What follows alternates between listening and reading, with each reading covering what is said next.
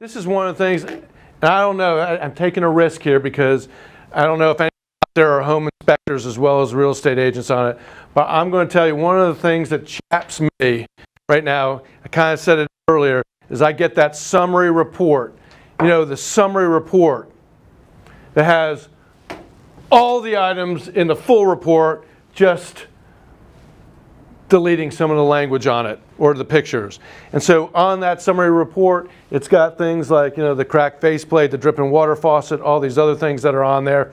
And I got to explain how some of these things aren't important. And this is where I'd love to be able to have a live conversation with you all on it. But let me just, because it's a great time for you all to vent, because I know a lot of you are going through the same thing, and when it comes to the due diligence on it. And so please, in lieu of us being able to go face to face on it, send your comments and stuff to Tim. Just send your comments. Tim will air some of these comments that are coming from you guys on it, because it's going to be kind of an interesting topic for us. So you got a list of 30 different items on the home inspection report. And let's talk about due diligence on it. Due diligence versus earnest money. I think we all know what the term is, the differences of the term on it. But earnest money, right, kind of good faith. Good faith instrument.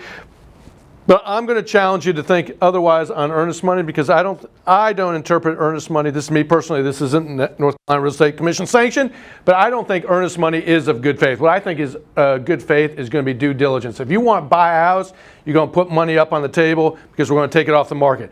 Now I know some of you are going to be like, well, Steve, it doesn't make sense for the buyer to put a whole lot of money up on the table if they're not going to buy it. Well, as a seller, I get it, but if I'm going to take my house on the market, you're going to have to put money out on the table. Because at the end of the day, when it comes to earnest money, on the contract, on the offer to purchase contract, the earnest money says, if a buyer, pay attention to what I'm asking right now, if a buyer backs out during the due diligence period, because I'm going to want you to answer this, yes or no.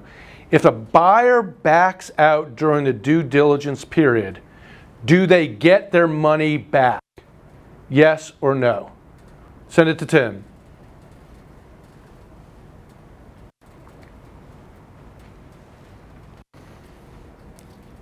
We got a lot of superstars here getting it right. No. Well, so the answer is not necessarily.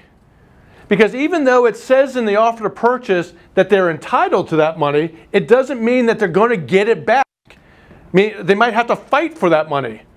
Meaning, when it comes to earnest money, remember, in order to release earnest money, it takes both parties to sign for the releasing of that earnest money. So you've got to have, and what if the seller says no?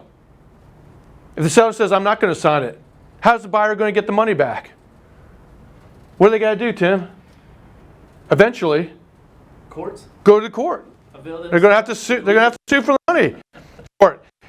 Now, sure, you can say, well, Steve, that doesn't happen that often. Well, the key is, number one is you cannot tell someone they're going to get their money back.